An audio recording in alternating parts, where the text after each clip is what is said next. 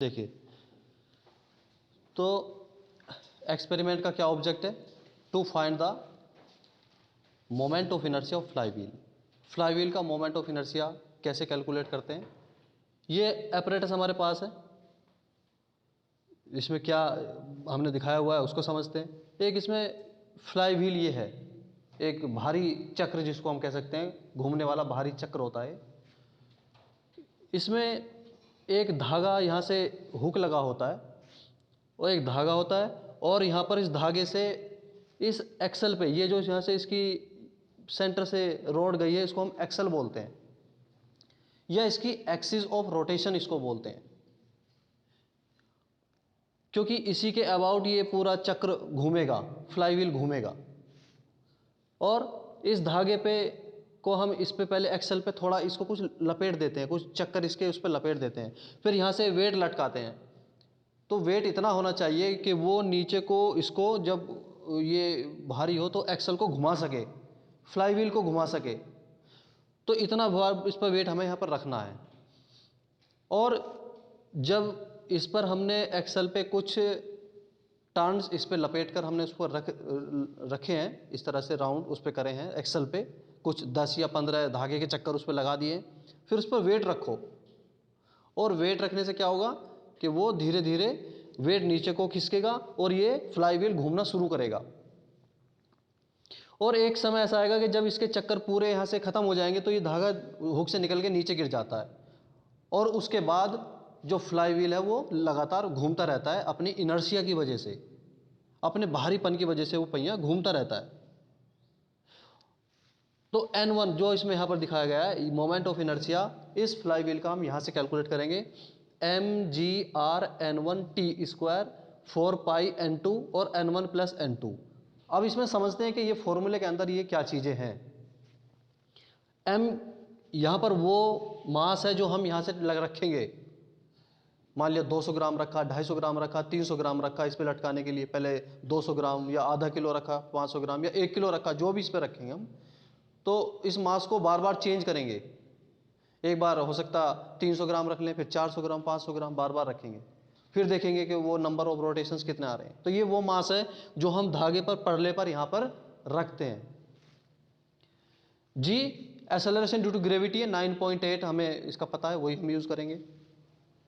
Are यहाँ पर क्या है, जो ये एक्सल है, जो इसकी धुरी है, जो सेंटर से इसके पास हो रही है, जो एक्सिस ऑफ रोटेशन है, इसकी त्रिज्या है, इसकी रेडियस है।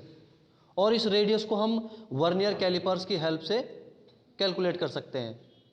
एक पहला एक्सपेरिमेंट भी मैंने आप लोगों को एक दिया था, जिससे वर्नियर कैलिपर्स से किसी तार की या रोड की त्रिज्या कैसे फाइंड करते हैं, वो उसमें दिया हुआ है। तो बिल्कुल वही मेथड हम यहाँ पर अप्लाई करेंगे कि इस एक्सिस ऑफ रोटेशन की या एक्सल की रेडियस वर्नियर कैलिपर से कैसे फाइंड करते हैं।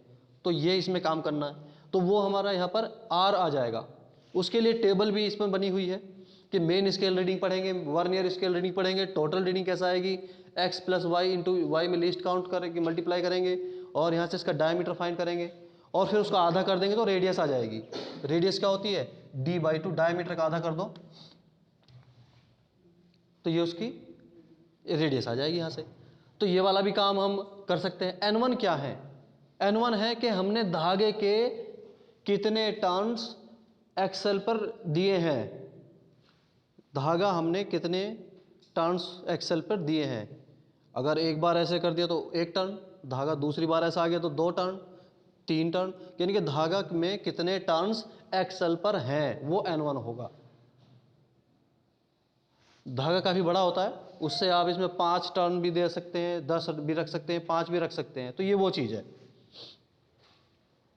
इसके बाद टी यहाँ पर है टाइम। ये कौन सा टाइम है, ये वो टाइम है कि जब N2 में लगा समय है, ये time taken in N2। N2 क्या है, N1 है कि धागे के कितने टर्न एक्सल पर हैं। N2 क्या है, जब ये धागा नीचे की तरफ को मोशन में आएगा, या ये वेट जब नीचे को चलेगा तो एक्सल घूमना शुरू करेगा, धीरे धीरे N1 कम होते जाएंगे, एक टाइम ऐसा आएगा कि ये धागा यहाँ से छूट के नीचे गिर जाएगा, उसके बाद एक्सल घूमता रहेगा। तो इस वेट के नीचे गिरने के बाद फ्लाई व्हील ने कितने राउंड लिए, वो है N2। 10 राउंड लिए, 20 राउंड लिए, 30 राउंड लिए, वो क्या है N2। कब? जब ये वेट नीचे गिर जाता है, धागा भी यहाँ से हट जाता है, धागे पे उसको फिट करने का एक हुक लगा होता है, जैसे ही वो N1 यहाँ से कंप्लीट होंगे, N1 जैसे कम होंगे, तुरंत वो हुक से धागा निकल के नीचे चला जाएगा वेट के साथ। उसके बाद ये फ्लाई व्हील घूमना शुरू करता रहेगा और धीरे धीरे फ्रिक्शन की वजह से इसमें जो टर्न्स है वे कम होते जाएंगे। मान लिया ये 10 चक्कर लगा के रुक गया, या 10.5 चक्कर लगा के रुक गया, मान लिया 10 तो पूरे हो गए, लेकिन 11वां इसने पूरा नहीं किया, या कितना इसने पूरा किया, तो वो इसकी हम परिधि कैलकुलेट करके वहाँ से फाइंड करेंगे कि इसने वेट यहाँ से नीचे गिरने के बाद कितने चक्कर लगाए, तो वो N2 होगा। और उन N2 समय में N2 पूरे करने में कितना टाइम लगा, वो T है। यानी कि जब यहाँ से, क्या मतलब हुआ इसका, कि जब यहाँ से वजन नीचे गिर जाएगा, उसके बाद फ्लाईव्हील अपने चक्कर लगाता रहेगा, तो उसने कितने चक्कर लगाए, उसमें जो समय होगा वो T है यहाँ पर N2 में। अब नीचे फिर वही है N2 है, N1 प्लस N2 है। N1 पता होना चाहिए, धागे के टर्न है एक्सल पे। N2 पता होना चाहिए, जब धागा छूट के नीचे गिर जाएगा, वेट नीचे गिर जाएगा, उसके बाद जो फ्लाई व्हील ने चक्कर लगाए हुए N2 है। T क्या है, N2 में लिया गया समय है। M क्या है, मास, किसका मास है, जो हम यहाँ से हैंग करते हैं धागे पर। G एक्सेलरेशन गुरुत्व त्वरण है, ये 9.8 इसकी वैल्यू होती है। R एक्सल की रेडियस है, जो हम वर्नियर कैलिपर से फाइंड करेंगे। N1 धागे के ये टर्न्स हैं, T समय N2 में लिया गया है। अब इसकी जो टेबल होती है उसको समझ लेते हैं कि रेडियस एक्सल की कैसे फाइंड करते हैं वर्नियर कैलिपर से।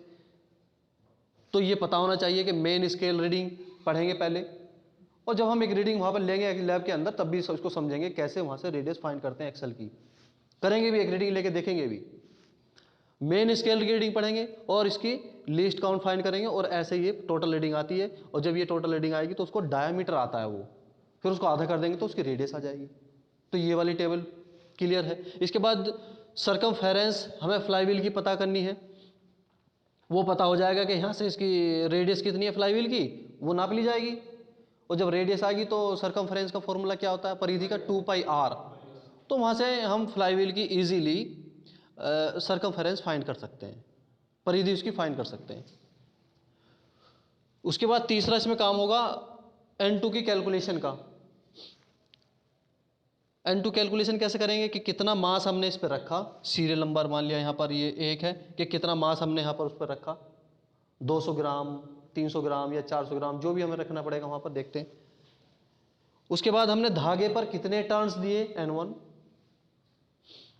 उसके बाद N2 के लिए क्या होगा, जब धागा नीचे गिर गया, वहां पर फ्लाईव्हील ने कितने कंप्लीट चक्कर लगाए, फुल कितने चक्कर थे, वो A मान लिया उसने 4 तो कंप्लीट चक्कर लगा लिए। उसके बाद वो थोड़ा सा और घूमा, रुक गया।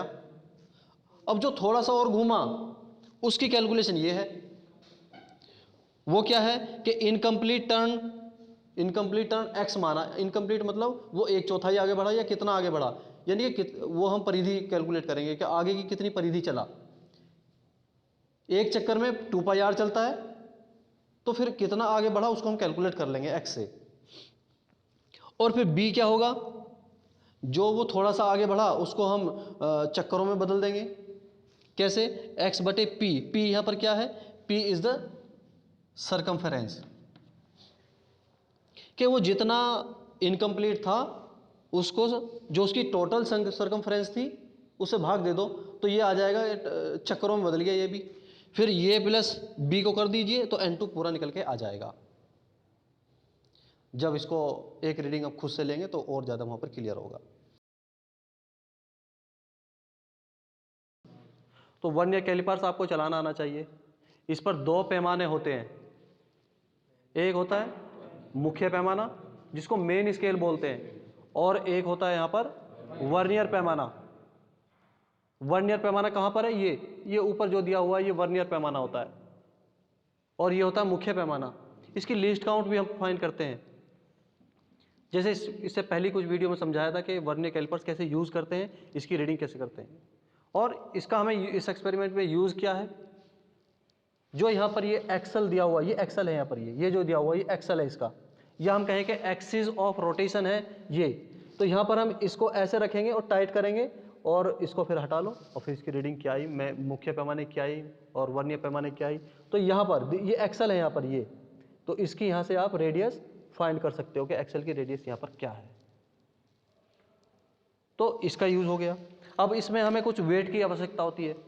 वेट कहाँ लगाते हैं? इसमें ये जो ये धागा होता है, एक हुक यहाँ पर दिया हुआ है, तो ये वेट हम इस हुक के अंदर यहाँ पर लगाएंगे। अगर ये वेट कम पड़ता है, और भी वेट हमारे पास है, और वेट इसमें एडजस्ट कर दिया जाएगा, ठीक है, ऐसे इसमें और रख दिया जाएगा। और कम पड़ते हैं तो और भी वेट इसमें हम यहाँ पर यूज़ कर सकते हैं इस तरह से। और जब इस पर नंबर ऑफ टर्न्स यहाँ पर दिए हैं तो देखेंगे कि ये वेट इसको रोटेट कराना शुरू करेंगे और एक टाइम ऐसा आएगा कि ये नीचे गिर जाएगा और ये नंबर ऑफ रोटेशंस इसमें शुरू हो जाएंगे। उसके बाद ये कितने नंबर ऑफ रोटेशंस फ्लाईव्हील बनाएगा वो N2 हमें यूज़ करना होता है, वो हमें कैलकुलेशन करनी होती है कि N2 धागा छूटने के बाद कितने किए, और N1 क्या होगा, इस धागे के कितने राउंड एक्सल पर थे। T क्या होगा समय, कि इस एक्सल ने N2 रोटेशन बनाने में कितना समय लिया। ठीक है, तो ये एक्सपेरिमेंट हमें इसमें दोहराना है। फिर एक बार मैं रिपीट कर देता हूं, फिर एक बार समझ लीजिए। ये हमारे पास धागा है, धागे में कुछ वेट यहाँ पर है और पहले वेट हटा लेते हैं। वेट को चेंज भी कर सकते हैं हम। तो इसमें एक यहाँ पर ये हुक दिया हुआ है, ये वाला हुक, ये छोटा सा एक हुक दिया हुआ है, दिखाई दे रहा है सबको? ये हुक है इसमें। इस हुक को, इसमें एक छोटा होल यहाँ पर दिया हुआ है, ये दिया हुआ होल, ये दे दिया, और इस पर नंबर ऑफ रोटेशंस आप N1 अपने हिसाब से एडजस्ट कर सकते हो कि कितने N1 हम इसमें धागे के कितने टर्न्स एक्सल पर रखें। वो N1 है, ये आप N1 सेट कर रहे हैं, जितने भी आप रख सकते हो, 10, 5, 20 जो भी रखें। तो ये यहाँ पर ये क्या है, these are the N1 number of turns of thread on axle. Axle पे हमने कितने थ्रेड यहाँ पर दिए हैं, तो ये अपने हिसाब से यहाँ पर ये हाँ जितने भी आप दे सकते हैं वो आपके हाथ में है। आप 5 रखें, 10 रखें, 15 रखें, कितने भी रखें। और यहाँ पर एक छोटा सा मीटर भी दिया हुआ है। ये क्या है, इसमें आप नंबर ऑफ रोटेशंस काउंट कर सकते हैं कि फ्लाईव्हील ने रुकने से पहले कितने रोटेशन बनाए। आप या तो गिन भी सकते हैं, ये नहीं है तो गिन भी सकते हैं, नहीं तो यहाँ से भी देख सकते हैं। ये जब एक चक्कर घूमेगा तो इसका एक नंबर आगे आ जाएगा। या और भी इसमें यहाँ पर रीडिंग दी हुई है, तो वो आप इसको नोट कर सकते हैं। N2 कैलकुलेट करने में ये छोटा सा मीटर हेल्प करेगा आपकी। और जो फॉर्मूला आपको दिया है वहाँ से आप इसके फ्लाईव्हील में सारी चीज़ें रख के, टेबल बना के, सारी कैलकुलेशन करके इस फ्लाईव्हील का मोमेंट ऑफ इनर्शिया फाइंड कर सकते हो। इसका जड़ता गुण कितना होगा वो आप कैलकुलेट कर सकते हो।